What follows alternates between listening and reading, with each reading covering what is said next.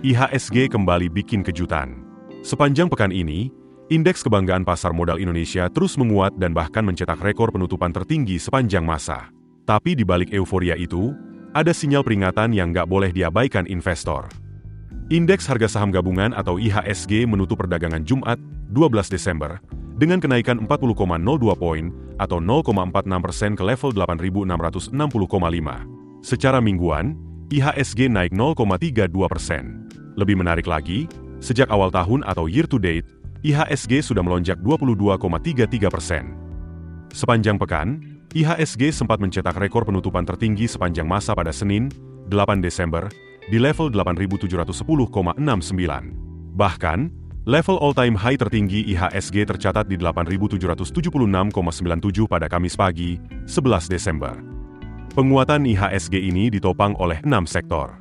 Sektor energi menjadi bintang dengan lonjakan 6,49%. Disusul sektor barang baku yang naik 4,56%, sektor kesehatan 3,13%, infrastruktur 3%, teknologi 1,10%, dan barang konsumsi non-primer 1,06%. Namun, penguatan ini tidak merata. 5 sektor justru terkoreksi. Sektor barang konsumsi primer turun 1,90%, sektor perindustrian melemah 1,78%, properti dan real estate turun 1,69%, sektor keuangan turun 1,64%, serta transportasi dan logistik melemah 0,90%. Head of Research Kisi Sekuritas, Muhammad Wafi, menjelaskan bahwa pergerakan IHSG saat ini dipengaruhi dua sentimen global yang saling tarik-menarik. Di satu sisi, pemangkasan suku bunga The Fed menurunkan cost of capital global. Tapi di sisi lain, permintaan komoditas dari China sedang melemah. Dalam kondisi tersebut, Wafi menilai sektor yang masih berpotensi mendapat angin segar adalah perbankan berkapitalisasi besar, telekomunikasi dan data, serta consumer staples yang bersifat defensif.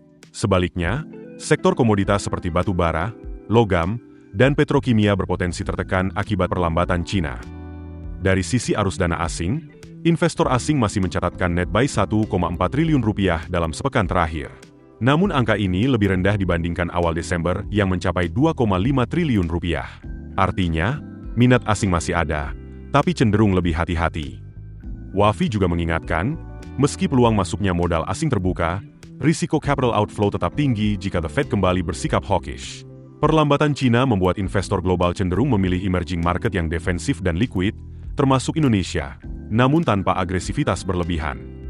Untuk strategi investasi, Wafi menyarankan overweight sektor defensif dan memanfaatkan momentum akumulasi saham big caps yang valuasinya sudah turun.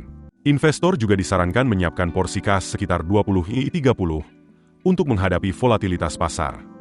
Beberapa saham yang masih dinilai menarik antara lain BMRI dengan target harga Rp5.100, BBNI Rp5.000, dan TOWR Rp615. Sementara di sektor komoditas, fokus disarankan pada emiten dengan biaya produksi rendah. Risiko utama yang perlu diwaspadai meliputi revisi outlook China, potensi sikap hawkish The Fed, dan volatilitas nilai tukar rupiah.